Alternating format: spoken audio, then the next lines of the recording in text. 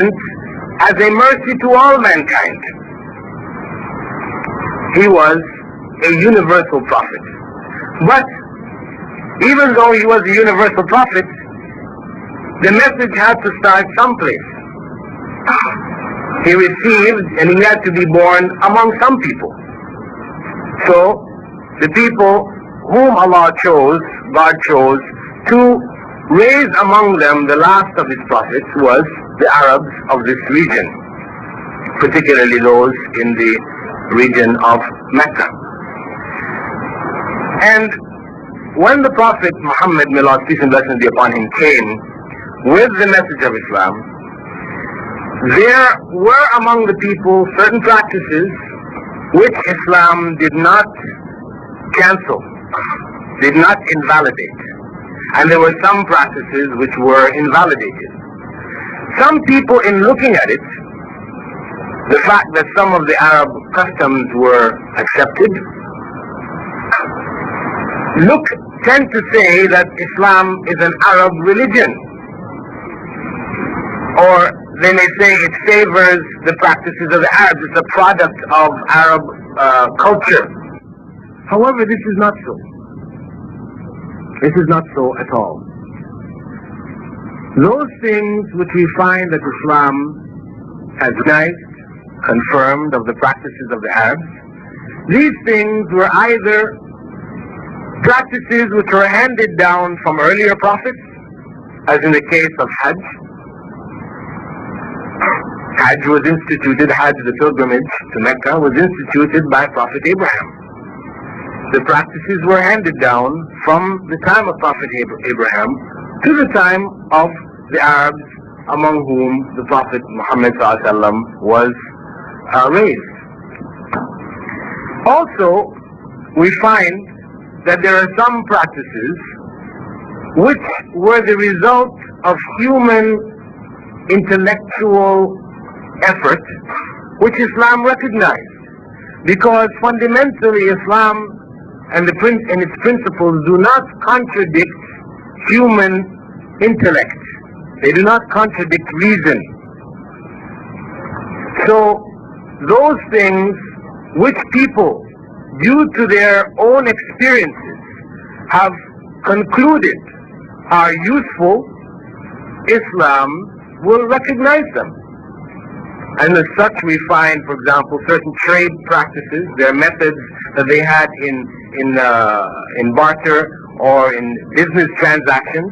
Some of these methods were recognized, because if these methods did not exist and they were needed by people, then Islam would legislate them, because human need is of primary concern in the legislation of laws in Islam. However, I should note that of the principles which were confirmed among the practices of the Arabs, and they were in fact few, the vast majority of their practices were not confirmed. There were only a few, a small portion. But even that small portion which was confirmed practice, what you find when you look at how they appear in Islam now is that only the basic principle was recognized. However, its form was modified. For example, in the case of marriage, they had a number of different ways in which they got married. What Islam did was it recognized one particular form which had in it some concern for the rights of women. It canceled all the other forms which had implied in it, fornication or adultery, because they had a number of different forms of, temporary type marriages and, marriages which didn't have any kind of responsibility with it, where children are not held to be responsible or to be the inheritors of those who are involved in such relationships, etc. These types of marriages were all cancelled, and only one particular form was recognized. But even that one form, there were, modifications which were made, significant modifications which were made to it to make it truly conform to the standards of legislation, divine legislation, which would naturally take into account all of human needs. Now, when we look further in the legislation of laws in Islam, we find that there is another fundamental principle there, and that is of removing difficulty. You find in a number of places in the Quran, Allah says, لا يكلف الله نفسا إلا وسعها. Allah does not put an obligation or a responsibility on any individual except according to that individual's ability. You find in other places, Allah will speak about that there isn't in the religion any difficulty. Allah has not made in the religion any difficulty. You find the Prophet Muhammad ﷺ, when he was sending some of his companions to govern the area of Yemen, he was sending Ali ibn Abi Talib and Waaz ibn Jabal, he told them, يَسِّرُوا وَلَا تُعَسِّرُوا. Make things easy for the people and do not make it difficult. So we find this is a fundamental principle in the legislation of Islamic laws, that the abilities of people are taken into account. And furthermore, what we find is that there is incorporated in the laws a concession which is given for times of extreme difficulty. In that, if one finds oneself in a situation where one's life or one's limb is threatened, then those things which are prohibited to you are temporarily allowed to you. For example, alcohol, I'm sure you all know, is something which is prohibited in Islam.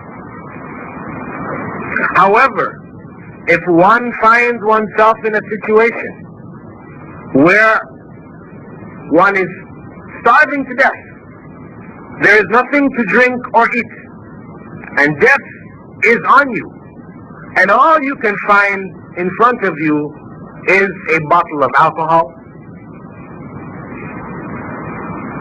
and of course it shouldn't have been your bottle of alcohol if you're a Muslim, right?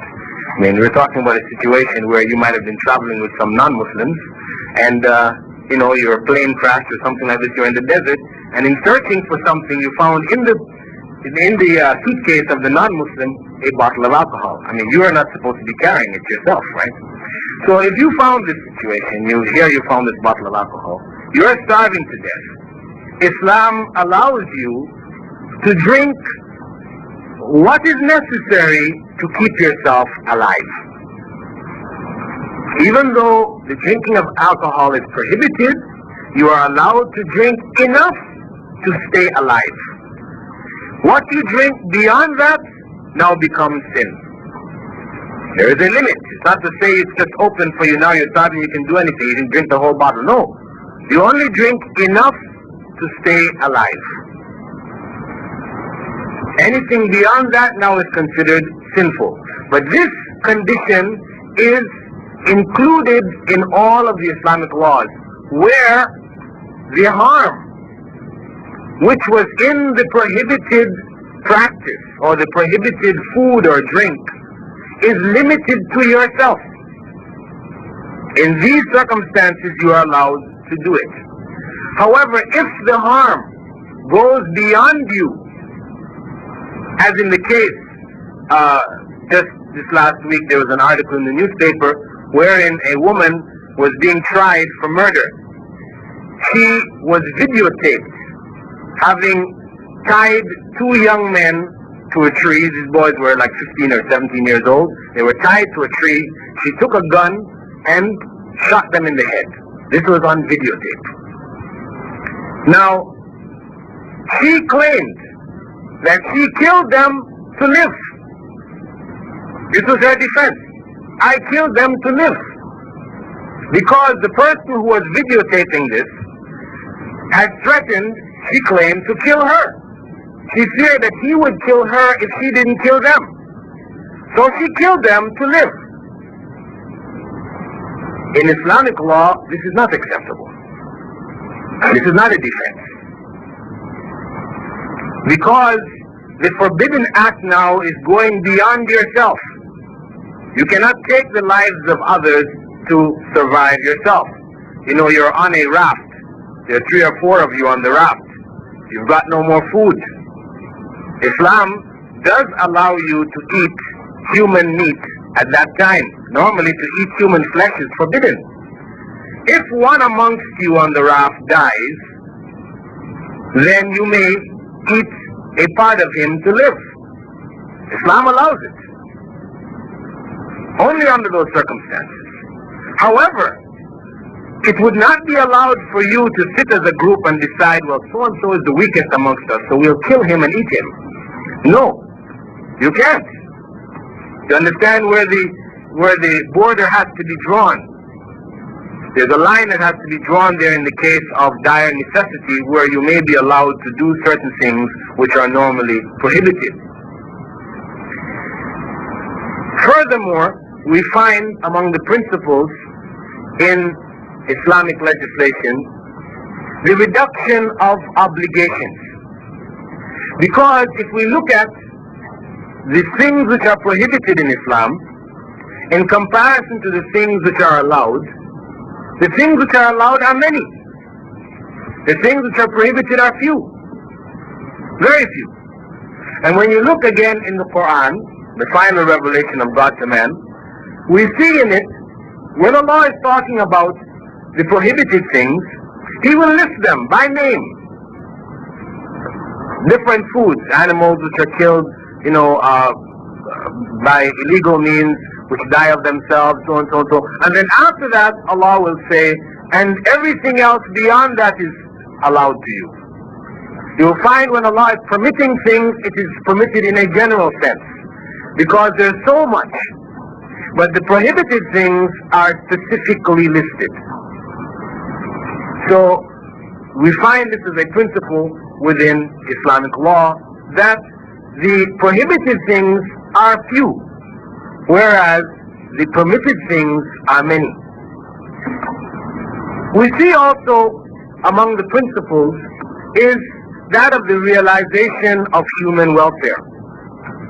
Within the revelation of Islamic laws, we find that they came, when we look in the time of the Prophet Muhammad ﷺ, they came in a gradual fashion, taking into account the situation of the peoples to whom they were first sent, and when they reached a certain stage where they were able to grasp and to understand and to practice, then the final laws were given.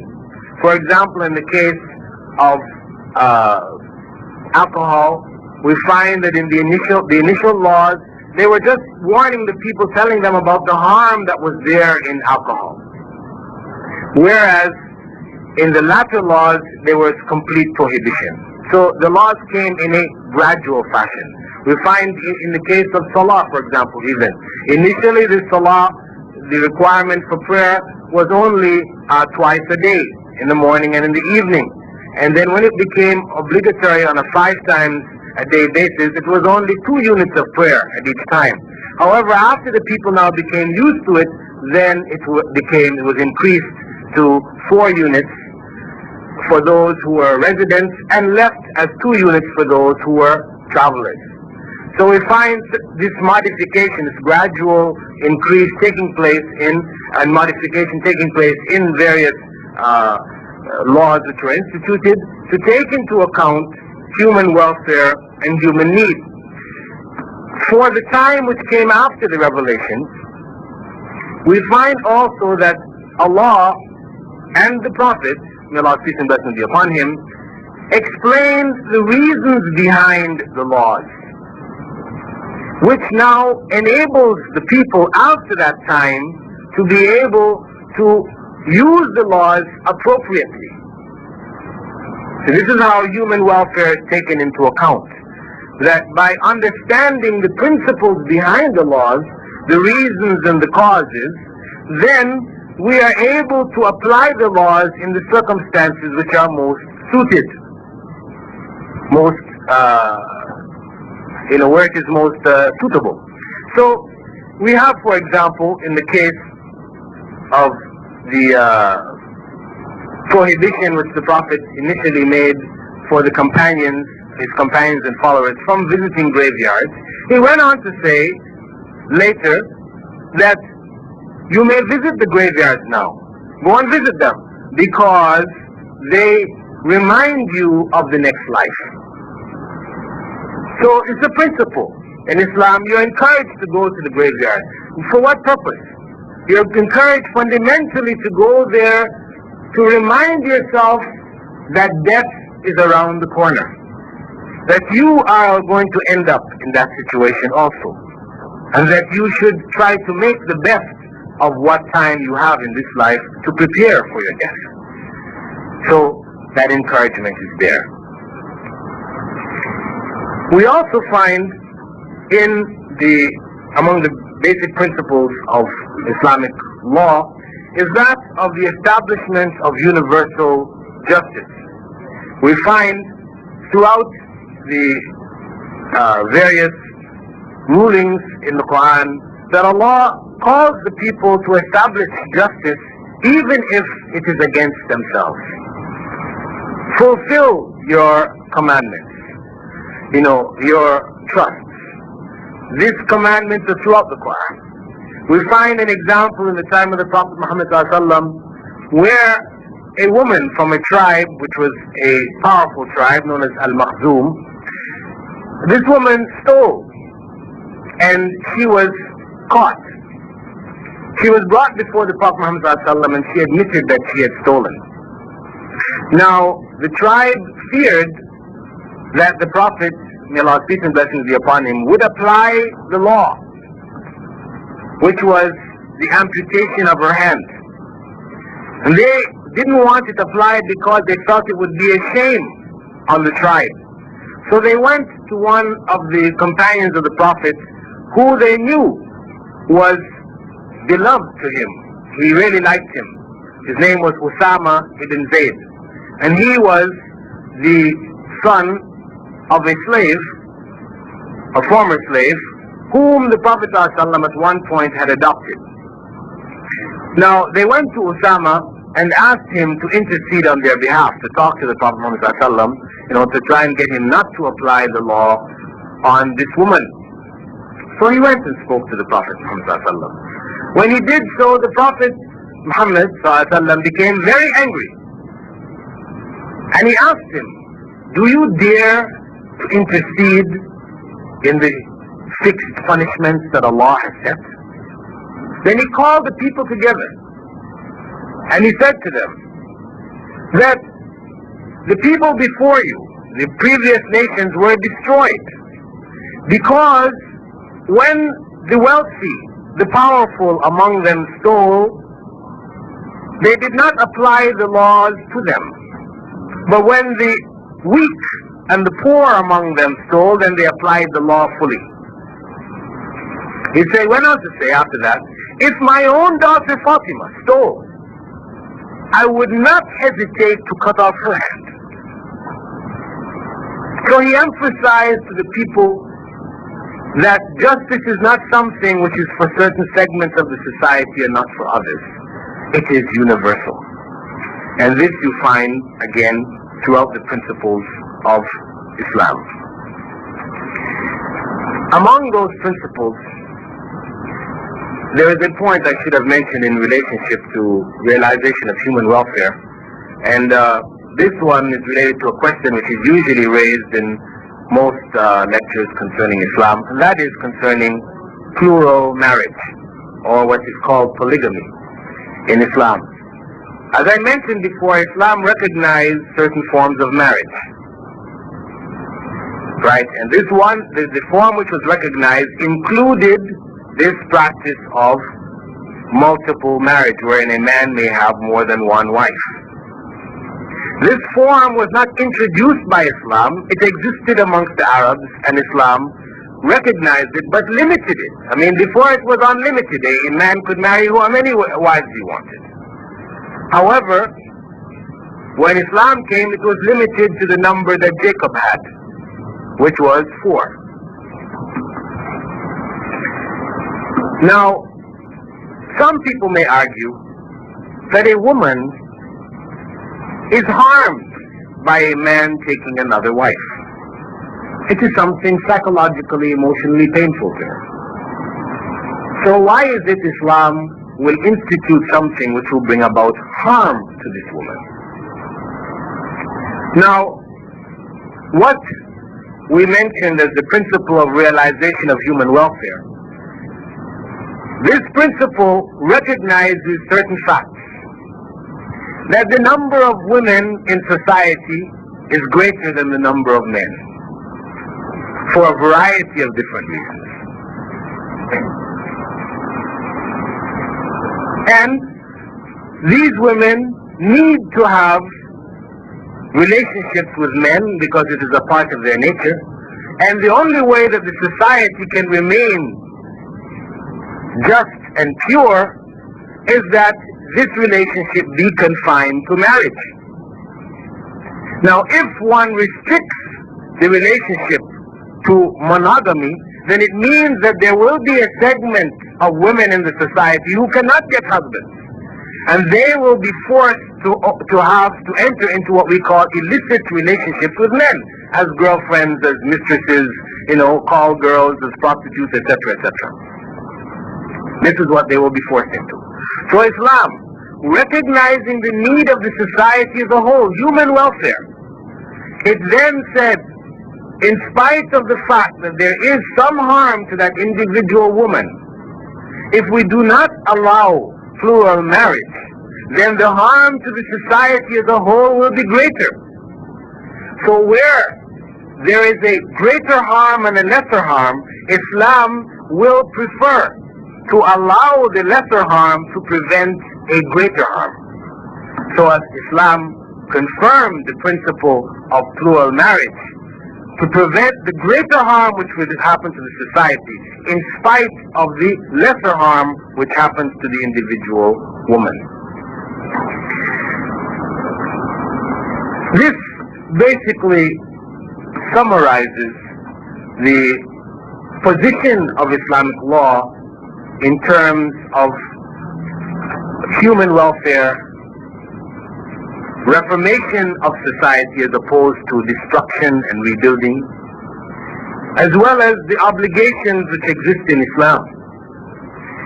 It should also be noted that all of the principles which have been commanded by God, or things which have been prohibited by God, these have all been commanded and prohibited for man's benefit. There is nothing in Islam which we are commanded to do which is not beneficial for us. And there is nothing in Islam which we are prohibited from doing which is not harmful to us. The laws have human society's benefit in mind. God knows what is good for us and what is not good for us. If it were left up to us to determine what is good for us and what is not good for us, then we will set up laws which will favor some people over others. This is something we see in the case of human laws. Every new government that comes in, it cancels some of the laws of the previous government and puts in new laws. Because those who come in may come from one segment of the society or another segment, and they are mostly concerned with the things which are beneficial to their segment. So there is this constant struggle which is taking place of replacement of laws with new laws and so on and so forth. Whereas the divinely revealed laws of God, these laws are untouchable. We do not change them. These laws are beyond human legislation. It is only for their application. And as I said, they take into account human needs. Some of the laws, none of the laws go against reason, human reason and intellect. They don't go against them. They're not illogical. There may be harm in them, in the things which are prohibited, which we may not grasp. Some things are obvious. Some things have become obvious. Some things will become obvious. But the fundamental principle is that they are for human benefit. This is the fundamental principle behind the legislation of laws in Islam. So this point, I think, is also a very important point for us to keep in mind. You know, when looking at Islam, it's something that we all should know about Islam. You know, so that when we are practicing, those of us who have become, converts to Islam, we are not practicing Islam on a ritualistic basis. That we're taught, you do this, you do this, you don't do this, you don't do this, you do this. No. I mean, you don't just do it like a robot. You program a robot and it just starts doing these things and not doing these things. No. That you strive to understand. Because in understanding, then what you have to do has meaning. And for those of you who are not Muslims, who are interested in Islam and have your doubts or questions, etc., you should never feel shy to ask, why is this or why is this not? Islam encourages questions. As Allah says in the Quran, "Is'alu ahla dhikri in kuntum la ta'lamun." You should ask those who know if you don't know. Islam encourages questions. What you will find in the other systems, other religions,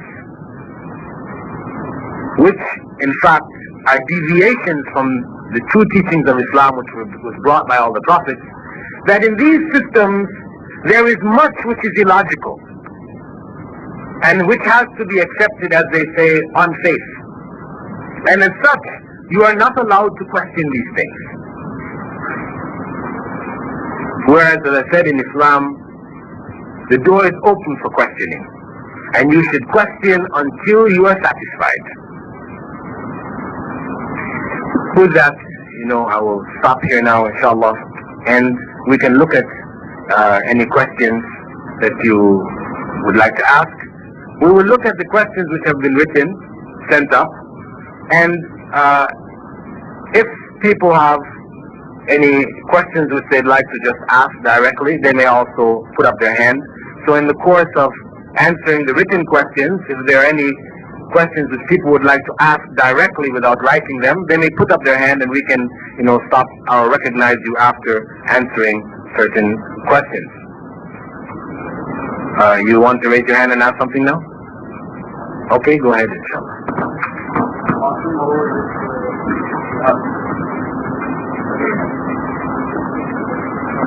You're asking about jihad. Well, first and foremost, when we're looking at questions, we should first look at the questions which are directly related to the topic, right? Before going off, into international politics, right?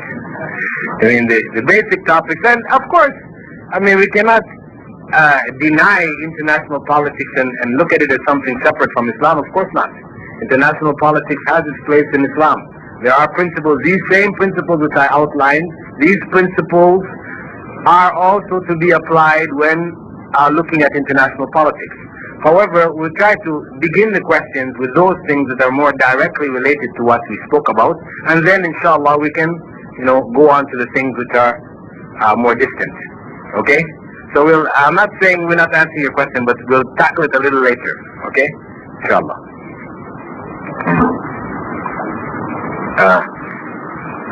We have a question. Yes, okay, question. I think Islam is a good religion. Also Christianity is a good religion.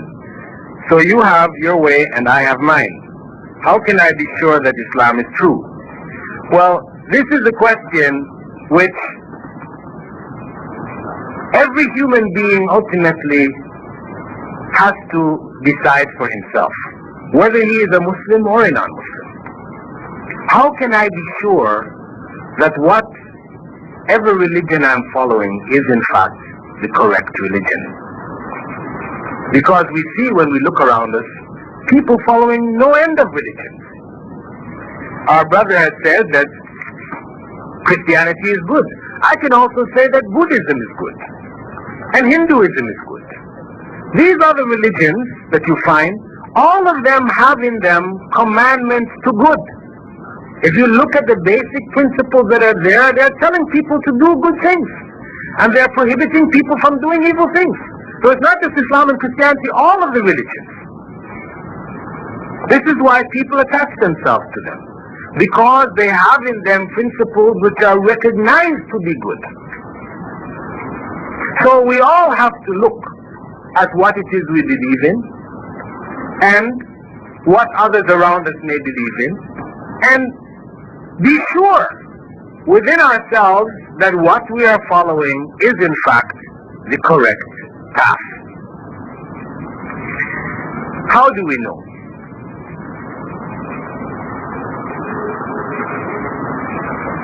The way in which we can determine is actually quite simple. If we consider that the purpose of our creation is the worship of God, and this is something which we find in all the religions, there's worship of God involved. The way in which we can determine what in fact is the correct religion and what in fact is the distorted version, because I believe, and Islam teaches, that ultimately prophets were sent to every nation. Allah says very clearly in the Quran, وَلَقَدْ بَعَثْنَا فِي كُلِّ أُمَّةٍ رَسُولًا. We sent to every nation on earth a messenger of God. أَنْ يَعْبُدُوا اللَّهَ وَاجْتَنِبُوا الطَّاغُوتَ, calling the people to worship God alone and to avoid the worship of false gods. This is a fact. So, what Islam proposes is that basic message that I mentioned, which was shared by all the prophets, that we should worship God alone and not worship false gods. This is the criterion by which we may determine the true religion and the false religion. In the true religion, only God alone is worshipped.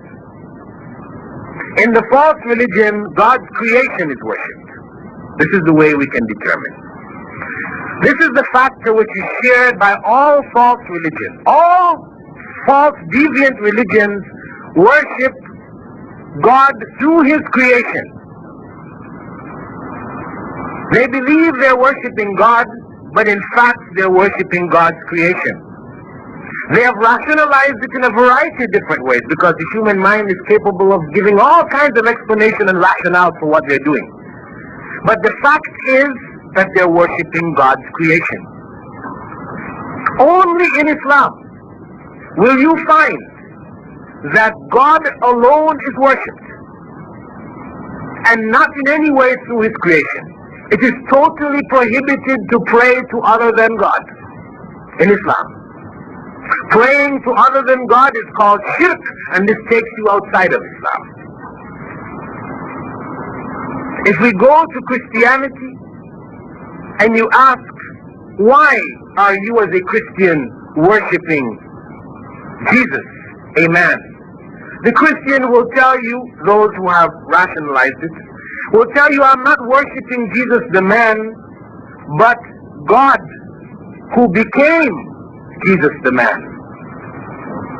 But what is the fact? The fact is you're worshipping Jesus the man. You have rationalized it to say God became Jesus the man, but still it is the man that you're worshipping.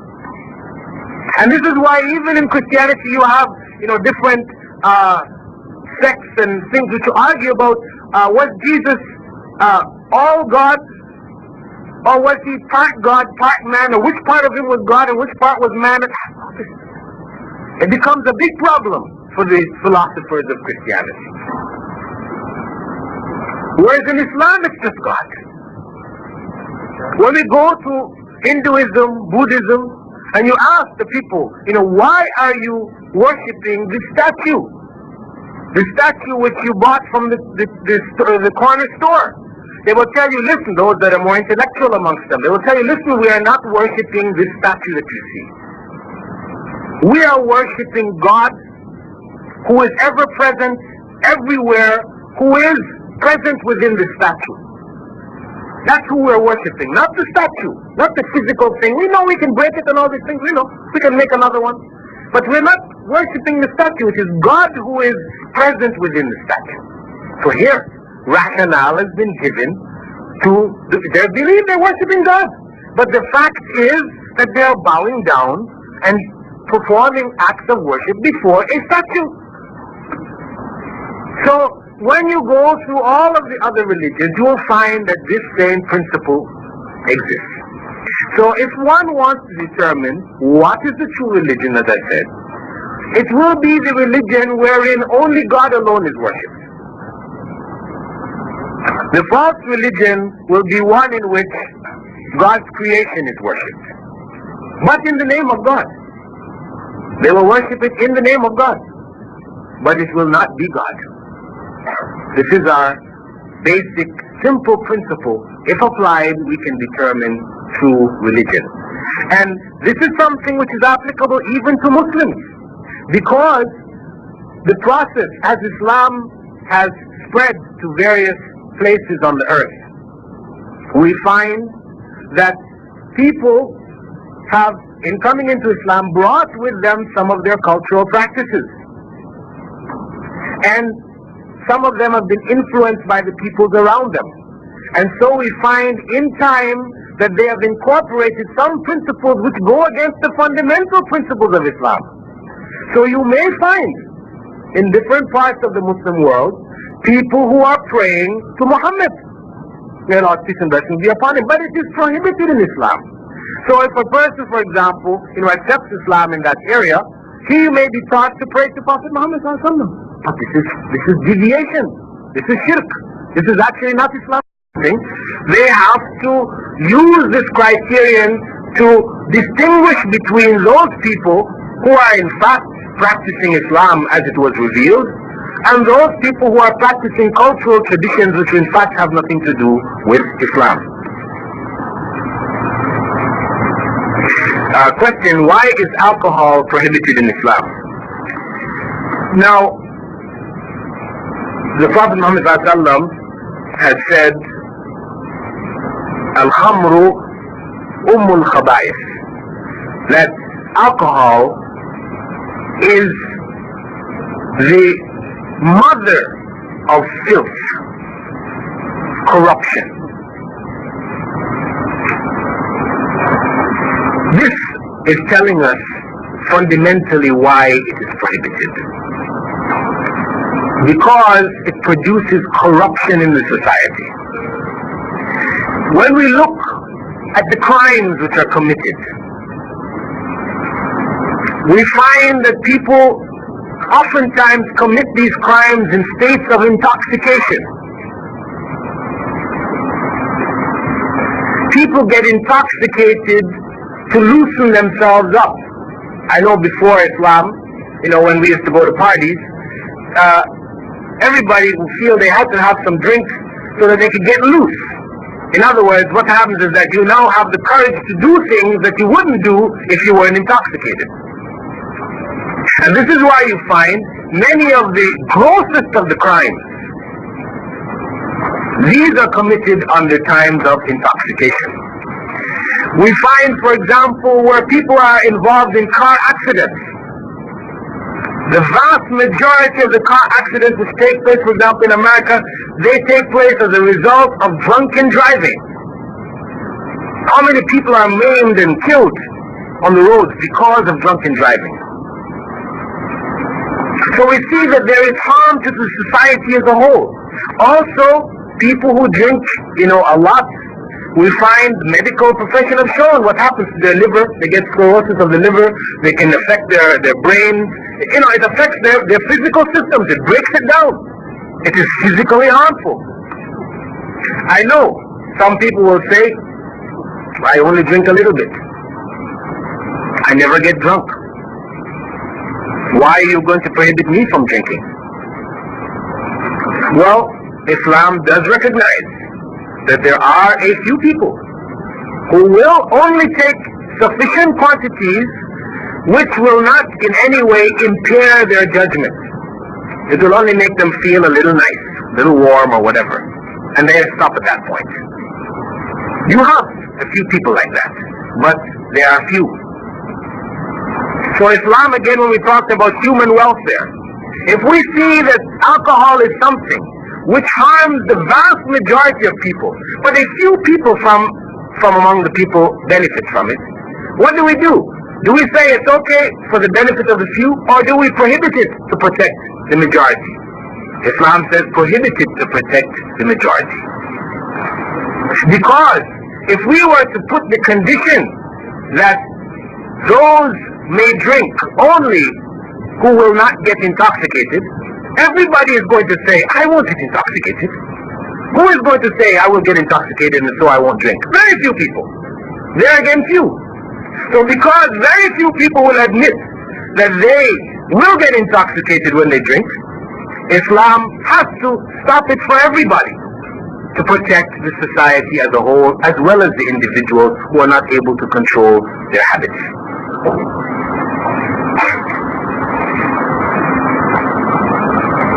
Question. I am a converted Muslim. My family is not. What should I do? Well, it is your duty to call them to Islam. Allah has blessed you with guidance in your life. It is your duty to pass that guidance on to others in the hope that Allah will also guide them. So it is an obligation on you to call them to Islam. If your wife is a Christian, you are allowed to remain married to her, because Islam allows a Muslim male to marry a Christian or Jewish female. If she is Buddhist or Hindu, then the marriage is dissolved unless she accepts Islam. But in the case of a Christian or a Jew, the marriage can continue. But of course, as a Muslim, you are obliged to set down certain principles in your household.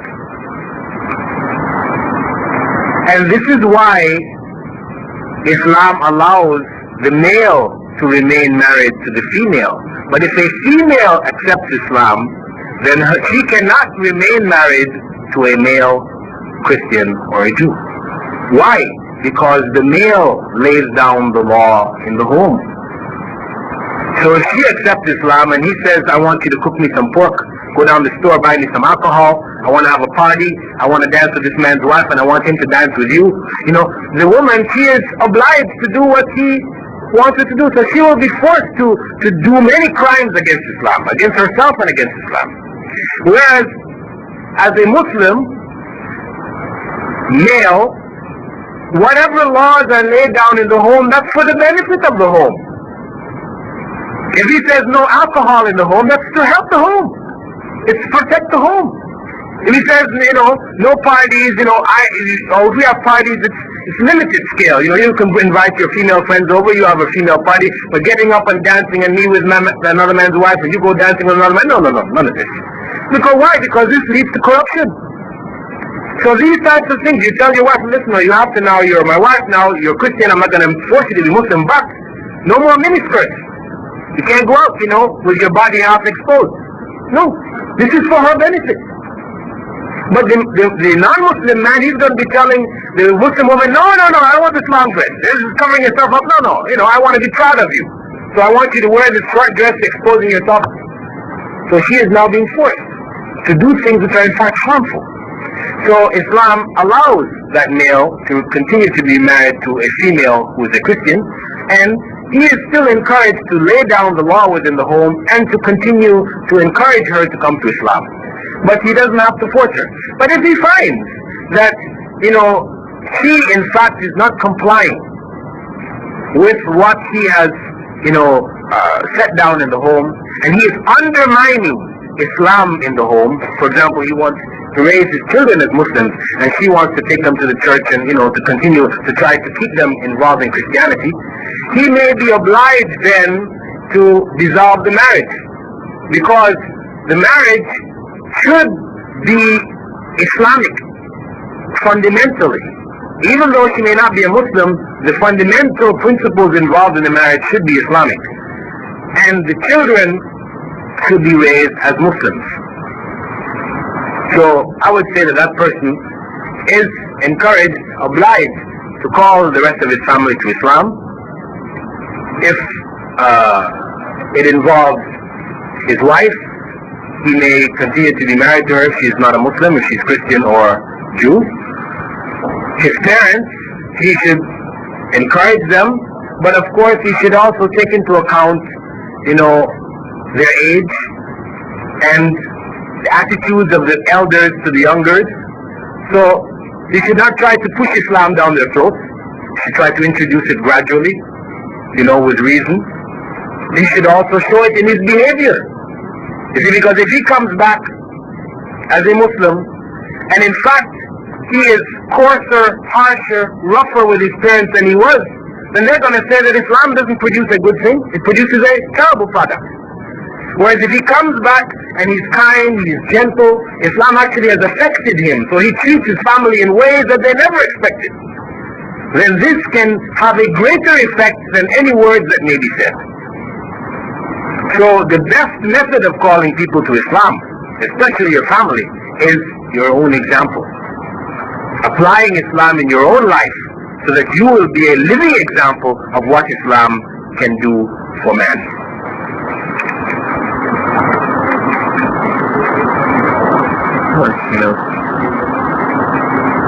Question, why females in Islam are told to be covered and not males? This question is not quite true. Males are told to be covered too. I mean, men are not told to be said it's okay to walk around naked. No. They're told to be covered too. But it's only that, you see, there is a difference in the physical makeup of the male and the female. So the part that is required of the male to cover is not the same as that of the female. Because if you're going to say it's the same for the male and the female, then you're implying that physically speaking they're the same. Well, in fact, they are not. So Islam takes into account that the woman has more attractive parts than the man. So more is required to be covered. But the man is also required to be covered. And this is a principle which actually a lot of people are not clear on, because emphasis is not placed on it. In the case, for example, of males, what is required for them to cover is between the navel and the knee. Between the navel and the knee. Specifically the area of the private parts. Now, covering in Islam means not merely having material over this area. It means covering in such a way that this area is not described. Because if the covering is thin and you can see what's under the air in the area, then it's prohibited. It's not considered to be covering. And if the covering is tight, where you're wearing tight pants, tight jeans or whatever, so when you stand up, everybody can see your privates. When you turn around, they can see you're behind, etc. This is not considered covering in Islam. This is prohibited. Prayer in this kind of dress is not accepted, because it is a requirement for prayer in Islam that your privates be covered. So if you're going to wear pants which are in any way tight wherein they will expose your privates, then you are obliged to wear a top which comes down and covers that area. This is why you find when you go around the Muslim world, where people have evolved the dress, which involves pants and shirts, then always the top part will come down and cover this area. Or in other places, for example, where they may wear a top and a pants, you'll find they will wear a sarong, some small garment which will cover this area, looking sort of like a skirt. They will wear covering this area because it is a requirement of dress for males and Muslims, Muslim males, not to expose their privates. And I think this is an area which, in the teaching of Islam to those who newly come to Islam, it is important for us to make this point clear, because it is a neglected area. And this is why women oftentimes feel, this Islam is picking on us. All these things we have to do, but the men, they can do anything they want to do. But that's not so. There is a requirement for dress for males also. Oh, let me just add that, the area, of course, for females, most people can understand why they need to cover from the shoulder down, right? But people have more difficulty in dealing with the hair. Now, the hair in the case of the woman and the hair in the case of the man, if we look to see who is in the beauty parlors, we see that it's not the men. I mean, in recent times, sure, because of those people who are controlling the fashions. And when you look and meet those people who are involved in controlling, fashions of dress, etc., in the West, you go to France and meet these people, they're all homosexuals. 90% of them are homosexuals. So what they're doing is they're trying to blur the difference between men and women. So they'll have men wearing dresses that are the same dresses that were normally worn by women, and women wearing dresses that were normally worn by men. So they'll get the men now starting to go to the beauty parlor and getting their hair done up in all these different ways, right? But traditionally, generally speaking in society, men just go and cut their hair. That's it. Women go and they get all these things done to it. It's blown up and it's plaited and all these kinds of things. In every society you go to, you see this is the way of the women. And they're taught their hair is their crowning glory. So, the hair is a means of attraction. So Islam says, fine, we understand. You can attract. But you should only attract those people whose attraction will be appreciated, will be acceptable. That is your husband, your children, family. These people can appreciate your attraction, compliment you on it, and it won't lead to anything which is harmful to you. But now when you go outside and you attract people who you're not married to, anybody on the street, they're attracted, then this is what now leads to rape, and molestation of women, etc., etc.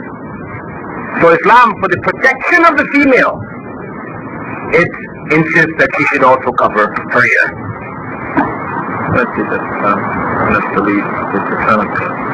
Question: why is it that Islam, or the Islamic religion, does not believe Jesus is the Son of God?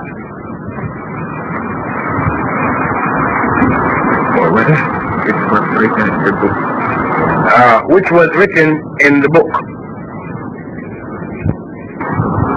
The term Son of God has been used throughout the Bible in reference to most of the other prophets. In fact, Jesus even taught, as it's recorded in the Bible, the followers to pray, Our Father. This is how it is recorded. Our Father. In other words, we are all sons. So the question of son, in the Hebrew language, in the Semitic language, indicated closeness to God and not begotten in that sense. The word begotten has been added to the Bible. Modern biblical scholars have pointed out that this term begotten is an inclusion. It was not in the original text. So in fact, the teachings of Jesus was not that he was the Son of God. He made it clear that the Father, God, was greater than he was. And he, in his own practice, worshipped God. He distinguished himself from God. So, Islam, which teaches the distinction between the Creator and His creation, which is based on the fundamental principle found in the Quran, لَيْسَ كَمِثْلِهِ شَيْءٍ. There is nothing like Him. wherein God in no way is like His creation. The creation has sons. God doesn't have a son. Because once you accept the idea that God can have a son, then the one who comes to you and says, well, God also has a father, and He has a grandfather and an uncle. Where are you going to stop? Why do you want to stop at son? Why not go all the way? You see, once you open that door, you say God has a son. What in fact you are doing is you are taking God down from the level of creator and making Him like His creation, having sons. So Islam keeps God on the level that He deserves to be kept, as the supreme being who is distinctly different from His creation. And as such, it does not recognize, based on the teachings, not human interpretations, but based on the teachings of the Quran, the last book of divine revelation, that God did not have a son. And Jesus is quoted in the Quran as saying, on the day of judgment, when He is asked why He told the people to worship Him, He says that He did not tell the people to worship Him, that this was what the people did after Him. This was what people made up. This was what was attributed to Jesus. But Jesus, in fact, was a prophet of God who will, according to Islamic teachings, return as one of the signs of the last day. Islam believes, this is part of Islamic teachings, and it is required of Muslims to believe that Jesus, the prophet of God, Jesus, will come back to earth. He did not die. He will come back to earth as one of the signs of the last day. He will live out His life on the earth, marry, have children, and die on the earth. He will not bring a new revelation. The revelation is complete. He will be the leader of those who submit their wills to God on earth.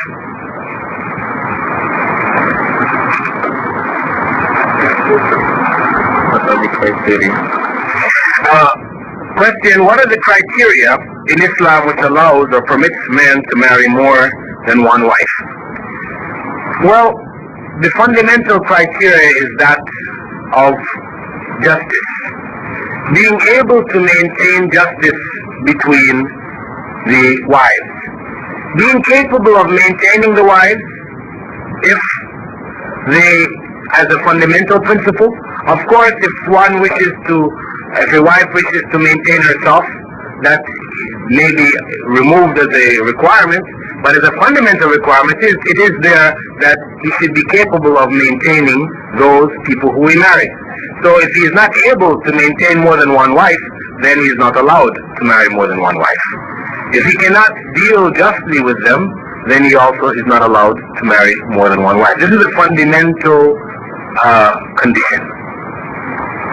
Other than that, people have in time, in an attempt to try to make the plural marriage allowance in Islam seem more reasonable, they have said, well, a man can only marry another wife if he doesn't have any children by his first wife. But this is not a condition.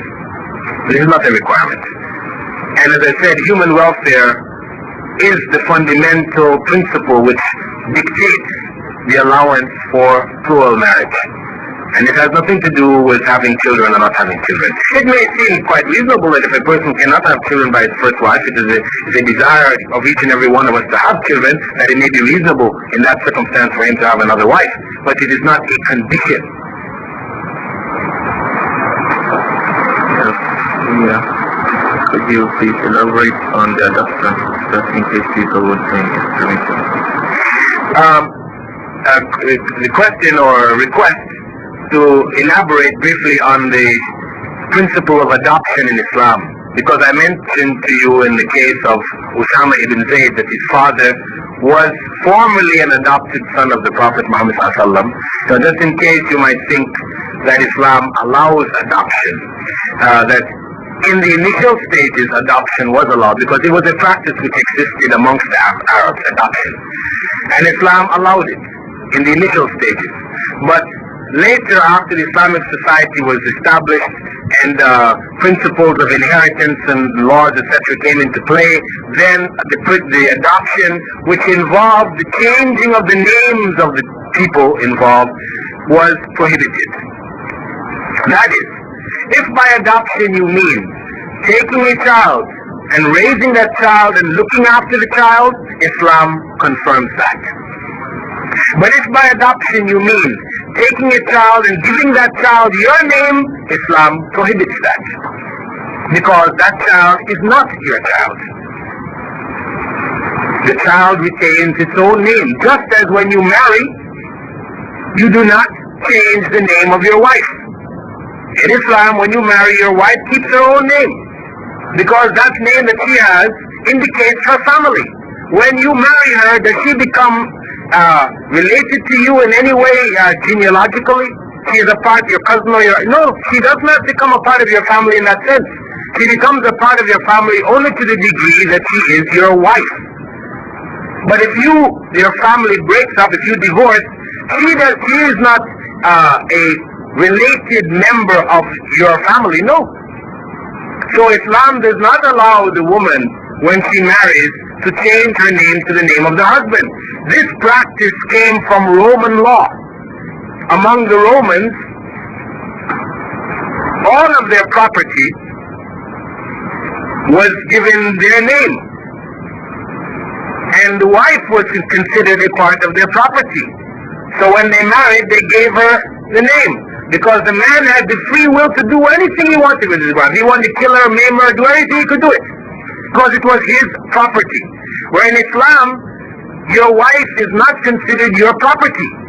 She is another individual human being who belongs to another family with whom you are cooperating in marriage. There are laws. You cannot do what you feel to do. There are laws which govern that relationship. And as such, she retains her own name. Similarly, you may take any child or any person, raise them in your family, look after them, do all the good you want for them. Even prescribe in your will a portion of your inheritance for them. You can do all that.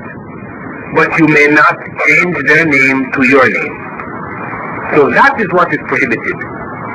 So that much of adoption is prohibited. But adoption in the sense of looking after somebody, that is confirmed by Islamic law.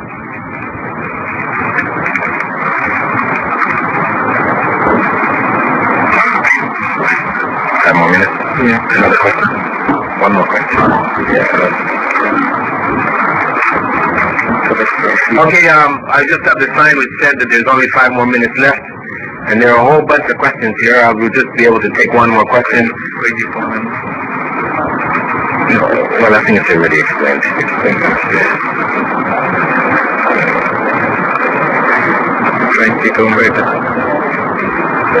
Okay, question here. It says, Mr. Phillips, are you trying to convert us? Thank you. It is not possible for me to convert anybody. You may convert yourself. I can only try to point out to you what I believe to be true and give you whatever evidence I have gathered for that belief. But conversion is something which has to come from yourself.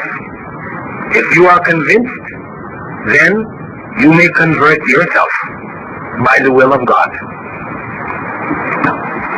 So, unfortunately, in spite of the many questions that are here, because the program, is set within certain bounds, we'll have to stop at this point. And I thank you for listening patiently and hope that whatever I've said has been of some benefit to you, and I ask you to remember me in your prayers. Thank you. Assalamu alaikum wa rahmatullahi wa barakatuh. Thank you very much, Brother Phillips, for the great talk. Now let's pray. Ahmad Santan is around. Please come over.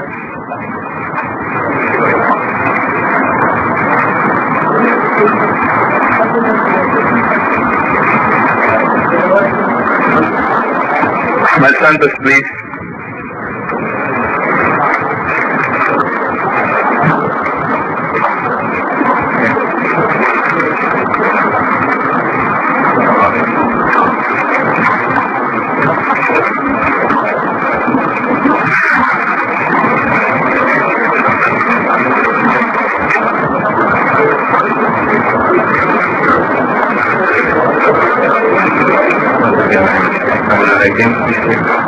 Bismillah ar-Rahman ar-Rahim. Alhamdulillah Rabbil Alameen. In the name of Allah, most gracious, most merciful. Praises be to Allah, the creator and the sustainer of the world.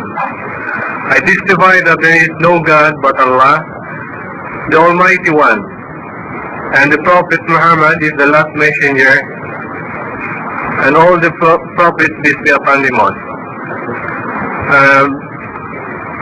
My brethren in faith and in humanity, Assalamu alaikum wa rahmatullahi wa barakatuh.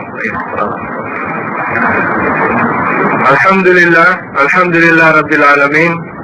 He made it possible for us to have this occasion. We thank our brother Philip Bilal. He has given us inspirational encouragement and increase our knowledge in Islam. We in Jubail, brothers, we would like to ask Brother Philip Bilal, inshallah, to come also in Jubail to give us a lecture. To all our brothers here in Islamic Propagation Center in Al-Kubar, headed by our energetic brother, Chairman, Brother Ahmad Al-Ahmad, and to all our brothers who heartily participated and rendered their efforts for the sake of our Creator, Allah subhanahu wa ta'ala. Inshallah, He will give you a great reward in this life and in the hereafter. Welcome to our brethren in humanity, sharing with us in today's program, and we are so grateful to Allah the Almighty. He gave us chance as a believer in His religion, Islam. It is our duty to convey His divine and last revelation in Islam, revealed to our Prophet Muhammad, peace be upon him, as a final revelation or final testament in order to attain salvation, so that we may enter, inshallah, in His paradise. May Allah the Almighty enlighten your heart to be one of His servants, bowing in His will in Islam. As we Muslim believers in Islam, Allah the Almighty, our Creator, commanded us to convey to you His final revelation. He has told us, say, O people of the book, come to common terms as between us and you, that we worship none but God, that we associate no partners with Him, that we erect not from among ourselves lords and patrons other than God, Allah subhanahu wa ta'ala. This is how Allah, God Almighty, ordered us to convey His divine message to attain salvation. My brothers in humanity and in faith, this is the great message of Allah subhanahu wa ta'ala, calling our brothers, non-Muslim brothers, Christian brethren, that we should realize how God told us to convey the message. I would like to repeat what God has told us. O people of the book, who are those people of the book? Let's say those who have been previous, created by Allah subhanahu wa ta'ala among all the prophets during the time, from Moses or Abraham, Islam and about Jesus. They are all the people of the book, have been the first generation before us. So God telling us, O people of the book, come to a common term between us and you. What is this common term? The common term what God is telling us here is we should worship none but God, Allah subhanahu wa ta'ala. This is the first message that we should think about. We should worship none but God.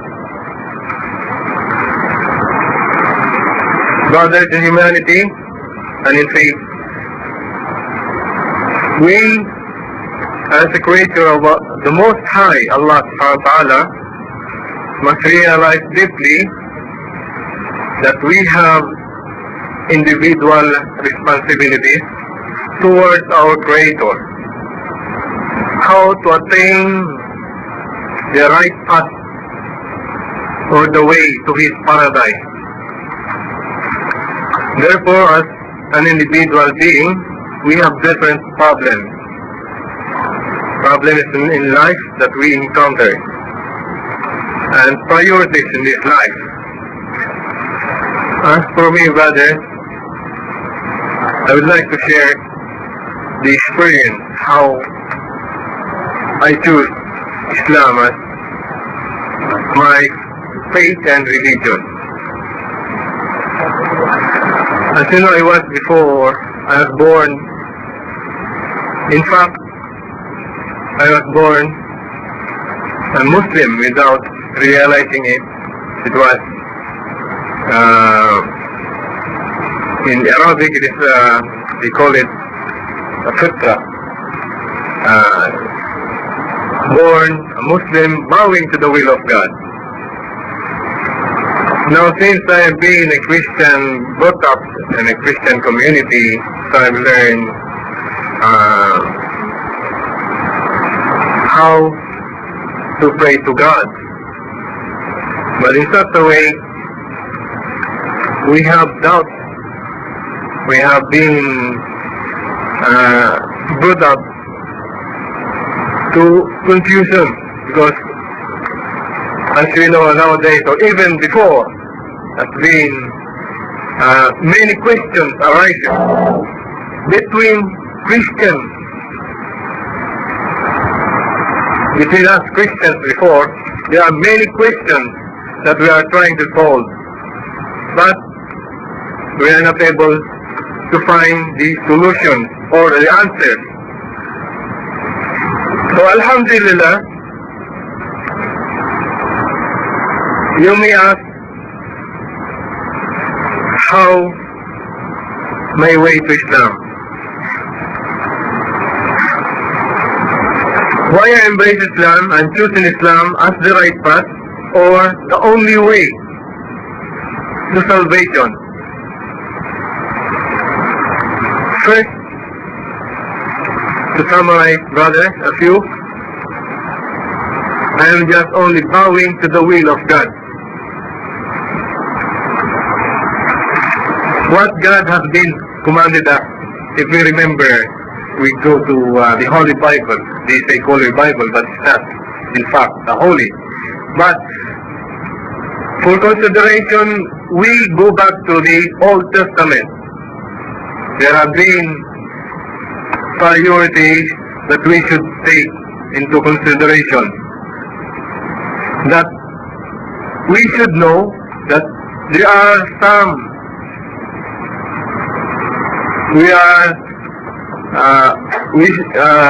nowadays we are forgetting we should go back today for a previous revelation.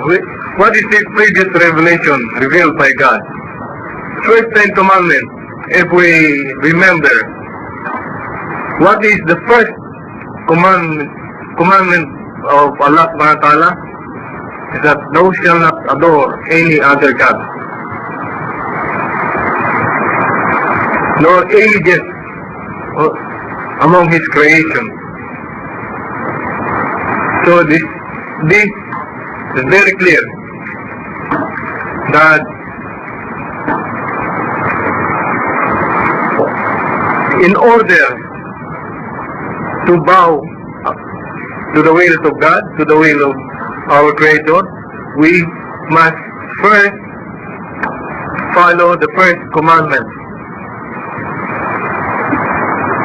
If not, then you are in the right path. Because God, that's why God has put this is the priority, the number one. Thou shalt not adore any other God. So if we think in this way, we will come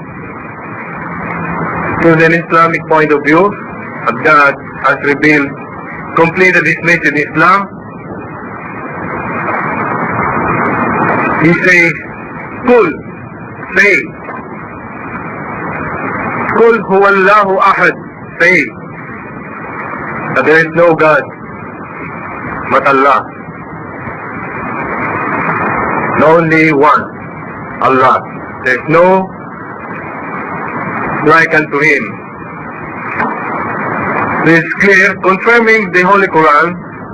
Now, if you take into consideration, you analyze, there are confirmation now, and these two facts. So, this is my first thing that I have taught before.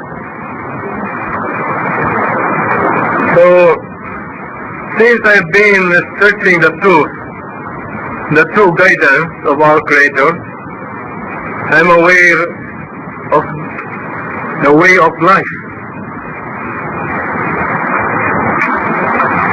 Now, way of life is, what I'm telling you is that how to follow the will of God, how we should act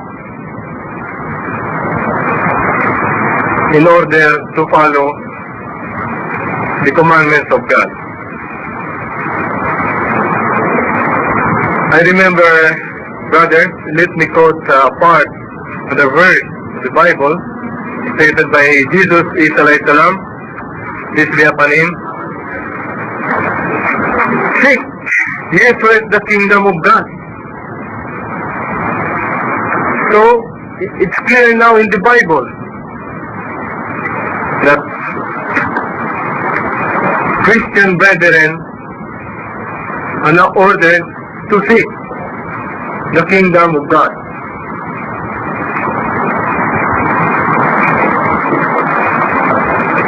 If Christianity has been told by Isa alayhi salam and Jesus Christ that this religion or the kingdom of God belongs to Christianity, then this verse has been told by Isa alayhi salam. So he himself, many biblical studies, in order to get and to make sure before I have commit myself. I have joined many fellowships to gather more information to find the truth about the religion and to know more about God. Who is the real God? Alhamdulillah, God, Allah subhanahu wa ta'ala, gave me a chance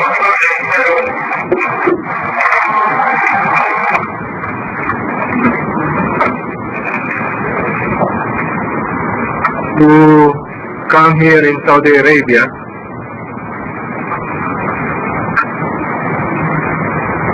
That I have find the answer of my question, and luckily which I had never found the answer in Philippines before.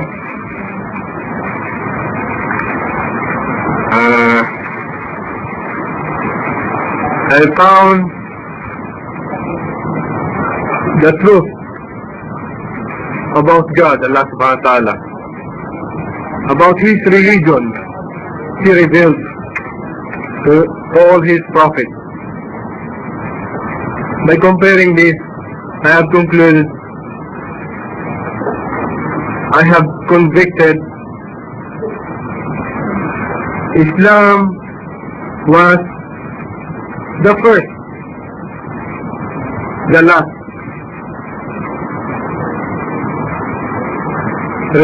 revealed by Allah subhanahu wa ta'ala to all mankind through His Prophet, that His religion is Islam, bowing to His will, or obeying His commandments.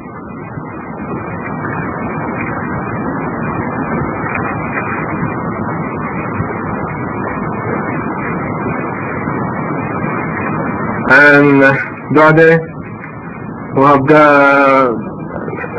come for today's program, I'd like to share this great feeling. It's not just a happiness, but to share with you the guidance which Allah subhanahu wa ta'ala bestowed to us to attain the right path and to have salvation, inshallah. By the way, if you may ask,